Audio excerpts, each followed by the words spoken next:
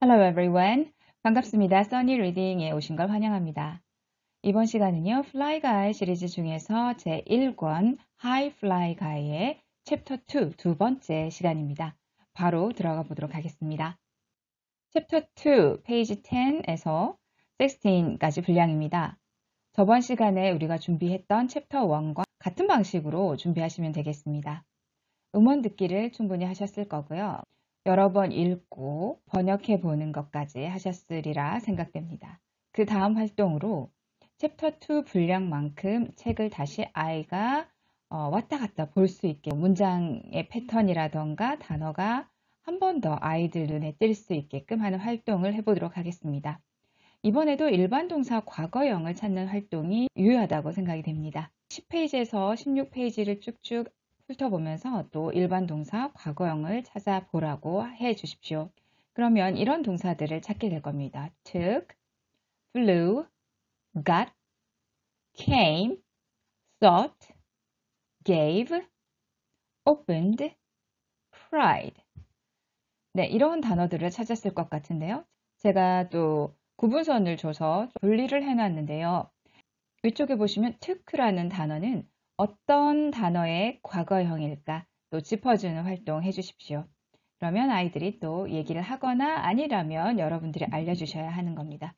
그래서 take가 took이 된다는 거 과거가 되면, 그리고 이 take라는 동사를 어떤 한 가지 뜻으로 외우고 있으면 문장 속에서 어떤 단어와 결합하느냐에 따라 다양한 의미로 쓰이기 때문에 그 한 가지 뜻을 고집하는 것은 문장의 전반적인 의미를 파악하는 데 방해가 될 수 있습니다. 그래서 take라는 동사를 알려주실 때는 가져가다 라는 게 기본적인 뜻, 사전적인 의미의 하나의 뜻이기는 하지만 다양하게 쓸 수 있다는 것을 알려주시고 넘어가 주세요. 그래서 take a shower 라던가 take a walk 라던가 다른 말과 붙었을 때 그게 한 덩어리로 어떤 의미를 형성하는 거지 take라는 동사의 뜻만 따로 해석하려고 하지 않게끔 알려주십시오. 그 다음 flew인데요. fly라는 동사의 과거형입니다. got은 get, came은 come, thought은 think, gave는 give. 각각의 과거형 동사들이 원래 알고 있는 원형의 형태가 무엇인지 알려주시고요. take와 마찬가지로 세 번째 나와 있는 get 동사 또한 get만의 의미를 알려고 하기보다는 문장 속에서 다른 단어와 결합했을 때 자연스럽게 어떤 식으로 해석이 되는지 알려주시면 되겠습니다. 그래서 take는 took이 되었고 날다가 flew, get이 got, come 오다가 came, think 생각하다가 thought, give가 gave가 되었다. 이 동사들은 제가 구분선을 해놓은 이유를 아시겠죠? 불규칙적으로 변화하는 형태이기 때문에 많이 보고 통 단어를 눈에 익혀야 되는 단어들입니다. 밑에 두 가지가 있죠. open, 열다, 아이들이 알고 있을 법한 단어인데요. ed를 붙여서 규칙적인 형태를 가진 과거형 만드는 형태입니다. cried, cry는 원래 소리치다, 울다 라는 뜻을 가진 말인데 y로 끝나잖아요. 그래서 y를 i로 고치고 ed를 붙였다. 이제는 앞에서 일반 동사를 우리가 챙겨줬다면 비동사가 들어간 문장도 한번 찾아보는 게 어떨까 해서 또 넣어봤습니다. 비동사가 들어간 문장을 찾으면요. 10페이지에 보면 바로 이 문장이 있습니다. This is my pet.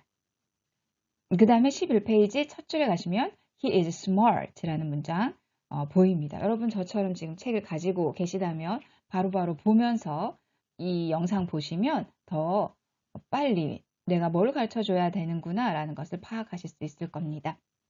그 다음에 보면은요. 12페이지 첫 번째 줄인데요. 여기에도 비동사가 있습니다. am, are, is 이런 현재형 형태가 아니라 be라는 원형 형태로도 여기 들어가 있죠. 이 문장 한번 봐주시고 또 바로 밑에 또 있습니다.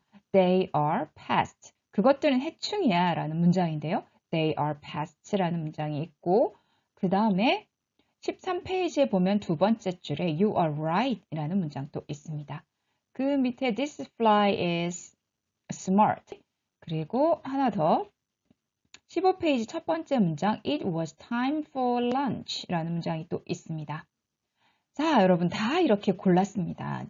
비동사를 찾아봐. 이런 말을 아이들한테 했을 때는 비동사에게 뭔가 문법적인 용어가 조금만이라도 섞이면 낯설게 받아들이는 경우도 있기 때문에 항상 약간의 설명은 필요합니다. 그래서 비동사라는 것은 이다, 있다 이런 뜻을 가진 말이야. 비동사는 너가 모르는 동사가 아니라 우리가 흔히 봤던 I am 할 때 am, he is 할 때 is, you are 할 때 are, am, are, is 이런 것들이 다 비동사고 원래 모습, 변화하기 전에 원래 모습은 be이기 때문에 비동사라고 부르는 거야. 그러면 그런 형태들을 우리가 다 한번 찾아볼까 해서 문장을 고르시면 됩니다. 그럼 그렇게 해서 골라진 문장들이 지금 화면에 나오는 이런 문장들일 거예요. 그런데 제가 왼편과 오른편 색깔도 달리 해 놓았습니다. 어떤 차이가 있을까요? 그걸 아이들에게 알려주는 시간을 가지세요. 자, 우선 왼편 보실까요? 왼편 보시면 비동사 뒷자리에 공통적으로 명사가 와 있습니다.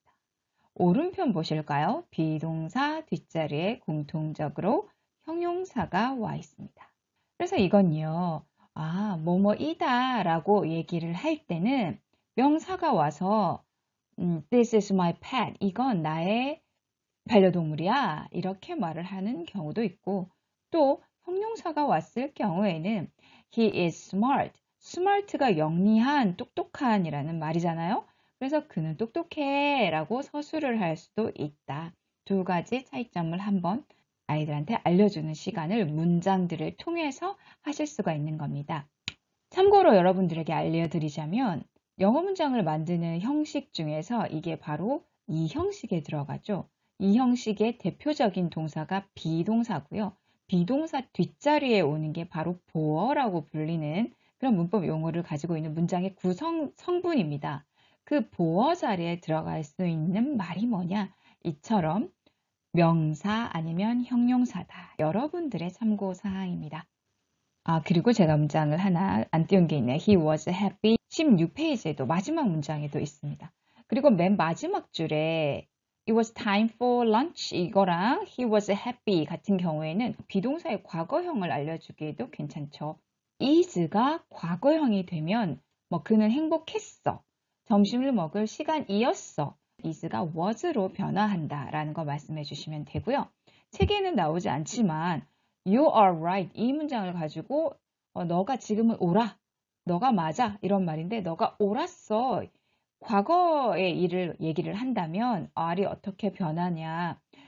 W-E-R-E, were로 바뀐다. 이것도 알려주시면 되겠죠. 그래서 비동사를 한 번 더 전반적으로 챙겨줄 수가 있는 겁니다. 원형은 be, 현재형은 am, are, is, 그 다음에 과거형은 was나 were 이렇게 비동사 챙기기를 한번 해주세요. 다시 한번 정리를 하자면 왼쪽이 명사, 오른쪽이 형용사 되겠습니다. 자, 그럼 또 다른 내용을 한번 공부를 해보도록 할까요? 이번에는요, can 동사입니다. can은 뭐뭐 할 수 있다라는 의미를 가지는데 바로 뒤에 동사가 와야 그 동사, 그 동작을 할 수 있다는 말이 되는 겁니다. 그래서 책에 나오는 말이 뭐냐면 그는 내 이름을 말할 수 있어 라는 문장이에요. 요걸 띄워놓으시고 이 문장이 어디에 있는지 아이들한테 한번 또 찾아보라고 해주십시오. 읽기는요, 스키밍과 스캐닝이 있는데요. 스키밍이라는 것은 줄거리 파악을 위해서 그 기본적인 맥락을 파악하는 것을 스키밍이라고 하고요. 스캐닝은요, 내가 찾는 특정 정보가 있을 때 그것을 찾기 위해서 스캔하듯이 보는 그런 읽기입니다. 그래서 지금 이 활동을 하면 스캐닝이 되는 거죠. 이 문장을 찾아야 하는 겁니다. 그럼 이 활동을 통해서 아이들은 또 이 부분을 쭉 훑어보게 되겠죠. can이 들어있는 문장이 어디 있나 하면서 찾다 보면 11페이지에 있습니다. He can say my name. 이 문장이죠. can이 왔고요. 뒤에 말하다라는 동사가 원형의 형태로 이렇게 붙어 있습니다. 그래서 그는 나의 이름을 말할 수 있어 라는 말이 되고요. 그러면 할 수 있는 게 있다면 할 수 없는 것도 있겠죠. Flies can't be pet. Flies can't be pet. 이 문장은 어디에 있었을까요? 12페이지 첫 번째 줄에 있습니다. 플라이가이를 데리고 왔더니 아빠가 하는 말이죠. 파리는 반려동물 될 수 없어. 동물 친구 될 수 없어. 라고 하는 말이죠. 네, 여기 지금 저의 해석은 파리는 애완동물이 될 수 없어 라고 나왔는데요. pet이라는 단어의 사전적 의미가 아직은 애완동물로 나오더라고요. 그래서 의미상으로 조금 헷갈려 하거나 그럴까봐 그냥 애완동물이라고 띄어놨습니다. 밑에 하나의 문장이 더 떴습니다. I can understand English. 이것은 책에 있는 게 아니고요. can을 지금 배웠으니까 이걸 활용해서 문장을 만들어 보자 라는 뜻으로 제가 예문을 하나 만들어 놨습니다. 누구누구야 또는 얘들아 지금 나온 이 문장은 그럼 무슨 뜻일까? I can understand English. 그러면 적절히 대답을 하는 친구들이 있겠죠. 그럼 이런 식으로 can을 사용해서 혹은 can't를 사용해서 아이들에게 자기가 할 수 있는 것과 할 수 없는 것을 동사를 하나씩 넣어서 문장을 만들어 보게끔 그래서 영작과 말하기가 되게끔 한번 유도해 주세요. 그래서 나는 뭐 줄넘기를 할 수 있어요. I can jump rope 할 거고 저는 수영을 할 수 있어요. I can swim. 가능하겠죠. 근데 만약에 저는 다이빙은 못해요. I can't dive. 나무 위에 올라가다 이런 말도 있겠죠. climb a tree. 그러면 나는 나무 위에 올라갈 수 있어요. I can climb a tree. I can't climb a tree. 저는 나무 위에 못 올라가요. 이렇게 다양하게 아이들이 아는 표현을 가지고 영작을 한번 할 수 있도록 유도를 해주십시오.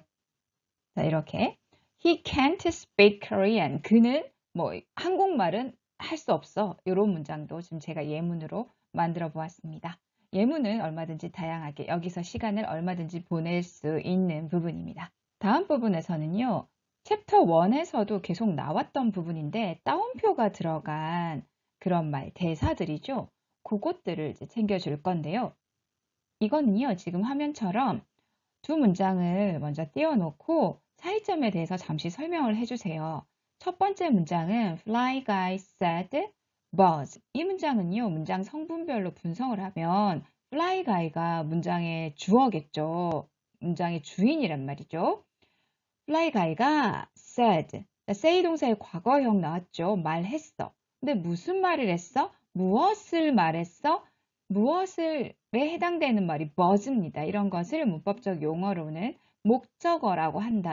목적어라는 문장 성분의 이름은 앞으로 자주 알려주십시오. 그래서 목적어가 뭔지는 알 수 있게끔 해주세요. 다시 문장으로 돌아와 보면 fly guy가 buzz를 말했다 라는 말이 되겠죠. 그런데 아래쪽에는 위 문장과 상당히 흡사한데 fly guy가 따옴표로 들어가 있습니다. 그러면 이 문장의 주인이 달라집니다. 맨 뒤에 있는 buzz가 주인입니다. fly guy는 대사죠. 누군가가 했던 말입니다. fly guy 이렇게 말을 했다는 거예요. said 말했어요. 누가? buzz가. 그래서 따옴표가 있는 말이 앞에 이렇게 오게 되면 일반적인 주어 동사의 어순에서 정반대가 되게 동사 주어로 온다는 거 요거를 알려주시면 됩니다. 그러면 그런 식으로 써져 있는 문장이 지금 챕터 2 부분에 굉장히 많아요. 챕터 2뿐만 아니라 처음부터 끝까지 더 많지만 우리 챕터 2를 공부를 하는 동안에 요거를 한번 챙겨보자는 의미예요. 그래서 한번 살펴보면은요. 12페이지 첫 번째 줄에 있죠. Flies can't be pets. 아까도 나왔던 문장인데요. 파리는 동물 친구 될 수 없어 라고 말했다 아빠가. 그래서 순서가 동사 주어의 순서로 되어 있고요. 그 다음에 13페이지에도 역시 있습니다. You're right. 너가 오라 라고 said. 말했다 아빠가. 또 he needs a name. 이번에는 엄마가 했던 말입니다. 그는 이름이 필요해. 말했다 엄마가. 이런 순서로 되어 있고요. 그런데 단 한 가지. 10페이지에도 대사가 있는데 이건 왜 안 나올까? 라고 생각하실 것 같아요. 이 문장인데요. This is my pet. 이게 나의 반려동물이야. 라고 버즈가 말했어요. 엄마와 아빠에게. 그럼 이거는 말했다가 왜 먼저 안 오고 우리가 알고 있는 일반적인 순서대로 주어, 동사 이 순서로 왔나요? 왜 그럴까요? 여러분들 생각은 어떠세요? 네, 바로 to mom and dad 뒤에 붙어있는 말 때문에 그래요. 엄마 아빠에게 라는 의미상으로 꼭 필요했던 말이 붙어있죠. 이럴 때는 도치를 시켜주지 않고 원래대로 대사를 따로 먼저 말하고 원래의 순서대로 그냥 쓴다 라는 거 알려주시면 되겠습니다. 그 다음 이제 챕터 2에서 마지막으로 챙겨줄 부분인데요. 15페이지에 있는 표현입니다. It was time for lunch. 이 문장 오늘 여러 번 나오죠. 이 간단한 문장에도 좀 챙겨줘야 될 부분은 있어서 따로 시간을 할애를 했습니다. 먼저 시간을 말할 때 날씨나 날짜, 시간, 거리, 요일, 명암 이런 것들을 나타낼 때는 특별히 주어로 잡을 만한 말이 없어요. 성별이 있는 것도 아니기 때문에 이럴 때 사용하는 게 it이라는 단어입니다. 여러분들이 들어보셨을 문법 용어를 알려드리자면 비인칭 주어라고 해요. It is time 하면 시간이에요. It was time. 우리 본문에 나오는 건 it was니까 시간이었어요 라는 말이 되겠죠. 그 다음에 for를 붙이고 뒤에 명사를 쓰게 되면 뭐뭐 할 시간 이렇게 된다. 요거를 한번 알려드리고 싶었습니다. 그래서 제가 예문을 하나 더 만들어 왔어요. 밥 먹을 시간이에요 라는 건데요. It was time for breakfast, 아침 식사. It was time for lunch, dinner, dessert 다 들어갈 수 있겠죠. 그래서 뭐뭐를 할 시간이에요 라고 할 때 for 명사 이렇게 쓰면 된다는 겁니다. 그 다음에 또 15페이지에 그 밑에 나오는 문장인데요. Buzz gave Fly Guy something to eat. 이거를 또 한번 챙겨보겠습니다. Something to eat은 우리 챕터 1, 1차실 할 때 했죠. 그거는 이미 알고 있으니까 여기서 하는 문장 전체의 패턴을 보는 건데요. 누구누구에게 무엇을 주다라는 거를 말을 할 때 어떻게 하느냐라는 겁니다. Buzz gave, Buzz가 줬어요. 주어, 동사가 순서에 맞게 잘 왔습니다. give 동사의 과거형 gave도 왔죠. 그런데 누구한테 뭘 주다라고 할 때 어순이 뭐냐? Fly Guy에게 something to eat을 준다. 그래서 누구에게에 해당하는 말이 먼저 이렇게 오고 무엇을이 뒤로 간다 라는 거예요. 그러면 이걸 가지고 같은 패턴을 만들어 보자 라고 또 아이들을 유도해서 영작 시간을 가질 수 있겠죠. 자, 이렇게 제가 하나 만들어 봤습니다. 미나가 만들었어요. 미나가 만들었어. 근데 만들었다 라고 끝내려고 하니까 뒤에 미가 있으니까 또 쿠키도 있으니까 나에게 쿠키를 이렇게 해석이 되다 보니까 만들어 주었다 라고 해석하는 게 자연스럽게 되죠. 미나는 나한테 쿠키를 만들어 줬어요. 이런 문장입니다. 그래서 누구누구에게 라는 말을 먼저 쓰고 무엇을 뒤로 보내면 간단하게 뭔가를 주는 거, 만들어주는 거, 사주는 거 이런 것까지 표현할 수가 있다는 거예요. 지금 여기는 나오지 않지만 사주는 것을 해본다면 My mom bought me some candies. 우리 엄마가 나한테 사탕을 좀 사줬어.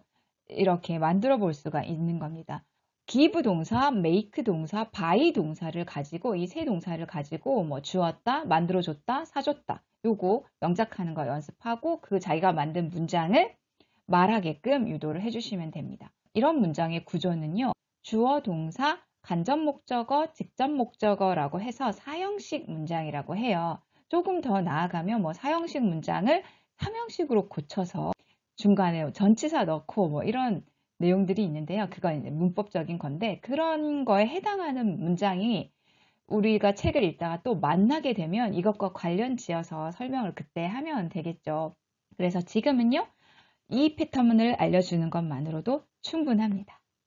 네, 그러면 챕터 2 지도 방법은 여기까지 알려드리고요. 챕터 3에서 또 만나 뵙도록 하겠습니다. Thank you for watching. See you next time.